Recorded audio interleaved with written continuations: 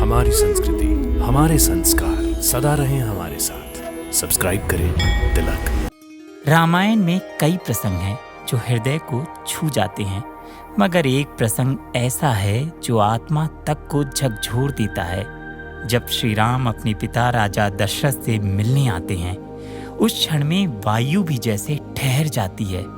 राजा दशरथ के अधर कांपते हैं, आंखें भर आती हैं, पर शब्द गले में अटक जाते हैं। वे कहना तो बहुत कुछ चाहते हैं, पर पुत्र के त्याग के आगे मौन हो जाते हैं।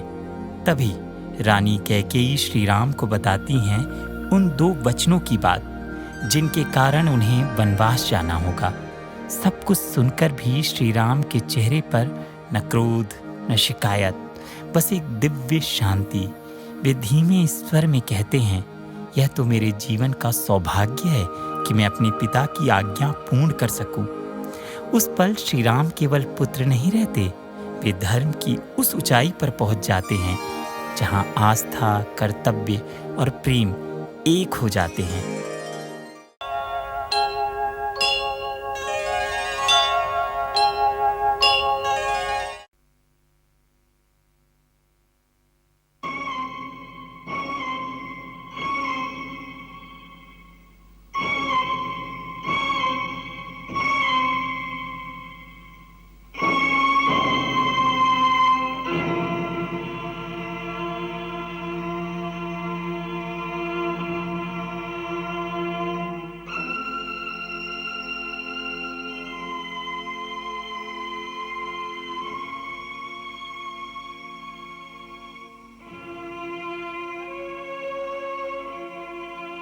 जीते रहो।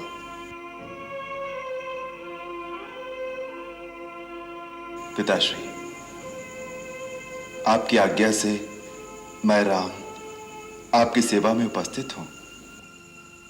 मेरे लिए क्या आदेश है?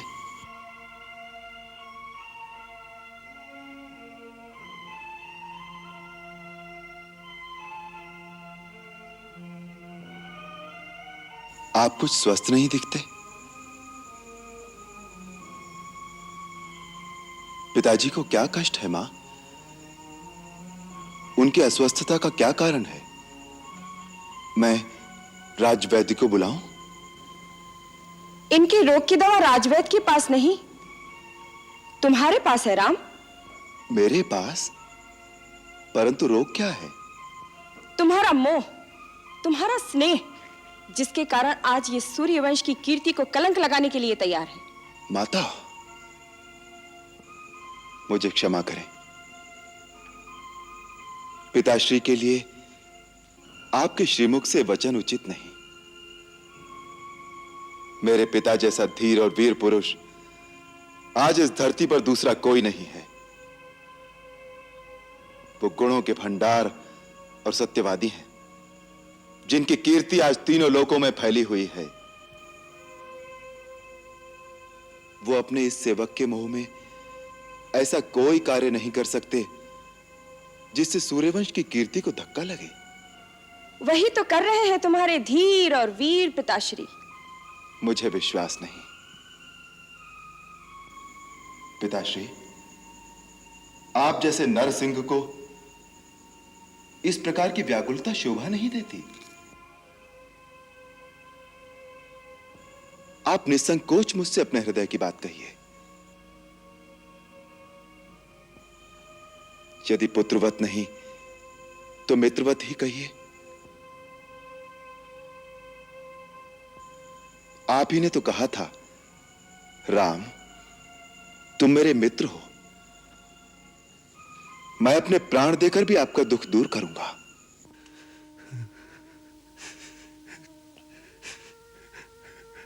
राम,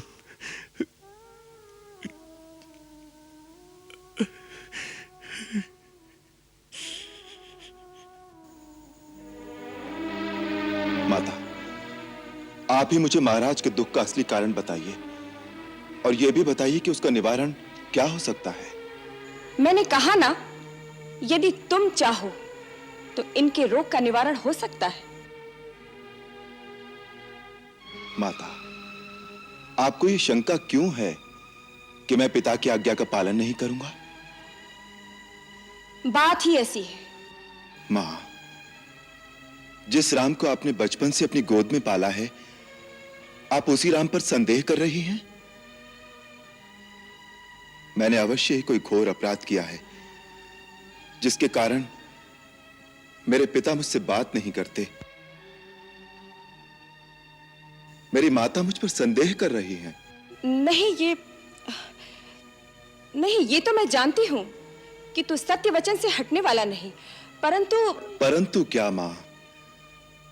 आप केवल संकेत कर दें तो मैं आपके चरणों के लिए अपनी चमड़ी के जूते बनवा दूं। पिता की भांति आपका भी उतना ही अधिकार है मुझ पर, इसलिए यदि वो नहीं कहते तो उनकी ओर से आप ही कहिए। मैं क्या करूं जिससे आपको संतोष हो? तुम कहते हो तो मैं बता देती हूं। तुम्हारे पिताश्री ने मुझे 2 वर दिए थे और कहा था जब जी चाहे मांग लेना। आज मैंने अपने वो दोनों वर मांग लिए। अब यदि वो मेरे वर मानते हैं तो पुत्र का मोह रास्ते में आता है, यदि नहीं मानते तो धर्म और सत्य पर कलंक लगता है। ये बेचारे इसी धर्म संकट में पड़ गए हैं। तुम्हारे संकोचवश तुमसे कह नहीं पा रहे। वो दोनों वर क्या है माता? पहला ये है कि तुम्हारी जगह भरत का राज्याभिषेक हो, और दूसरा ये कि तुम मुनि वेश धारण करके 14 वर्ष तक वन में रहो। बस इतनी सी बात पर इतना विवाद था? यह तो बड़ी प्रसन्नता की बात है मां कि मुझे माता और पिता दोनों के वचनों को पालन करने का ऐसा अवसर मिला जो किसी पुत्र को बड़े भाग्य से मिलता है। भरत को राज्य देने के लिए तो मुझे किसी की आज्ञा की आवश्यकता नहीं। उस जैसे भाई को तो मैं राज्य स्वयं प्रसन्नता से दे दूंगा। रहा वनगमन, तो लगता है मेरे कोई पुण्य जाग उठे जो आपकी आज्ञा से मुझे वहां जाने का अवसर मिल रहा है जहां ऐसे ऐसे महान ऋषियों और मुनियों के दर्शन कर सकूंगा जिनका तेज तीनों लोगों को प्रकाशित कर सकता है। मां, मेरा तो चारों ओर से कल्याण हो गया। पिता की आज्ञा का पालन, मां की इच्छा का अनुकरण, छोटे भाई का राज्याभिषेक और मुनि दर्शन से मेरा कल्याण। मां, केवल इतनी ही बात थी ना, या और भी कोई दुख है पिताश्री को? नहीं पुत्र, तुम्हारी शपथ, भरत की सौगंध, महाराज को और कोई दुख नहीं है। अब तुम ही इन्हें समझाओ ना कि ये अपने वचन का पालन करें, तुम्हें वन जाने की आज्ञा दे, संसार में निंदा और अपयश से बचें।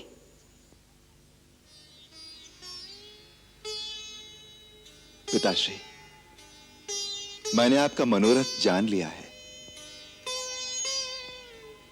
अब आपको अपने श्रीमुख से आज्ञा देने की भी आवश्यकता नहीं, क्योंकि पुत्र वही बड़भागी होता है जो पिता का मनोरथ जान लेने से ही उस पर आचरण कर सके। परंतु मुझे दुख इस बात का है कि केवल इतनी सी बात के लिए आपने अपने मन को इतनी भारी पीड़ा पहुंचाई। इसका अर्थ है कि आपको मुझ पर पूर्ण विश्वास नहीं, या आपको मेरे सेवक धर्म पर शंका है। पिताश्री, मुझे आशीर्वाद दीजिए कि मैं अपने आचरण से फिर आपका पूर्ण विश्वास पा सकूं। अब आप प्रसन्न चित्त से मुझे वन जाने की आज्ञा दीजिए, ताकि मैं आपके वचनों की पूर्ति करके, आपके धर्म की रक्षा करके अपना जीवन धन्य कर लूं। मैं माता कौशल्या और माता सुमित्रा से आज्ञा लेकर वन जाने से पहले आपकी चरण वंदना के लिए अभी आता हूं। अच्छा मां, मुझे अनुमति दीजिए।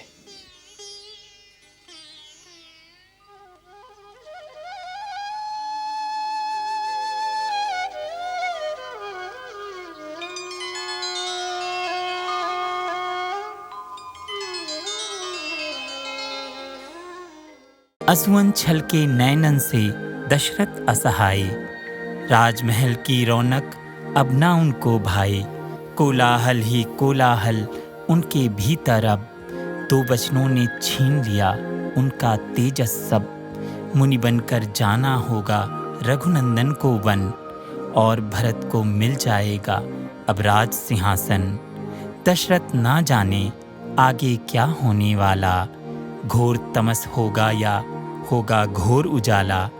ये सर्ग हमें सिखलाता वचनों का महत्व, मन की लिप्सा नष्ट करे रिश्तों का एकत्व।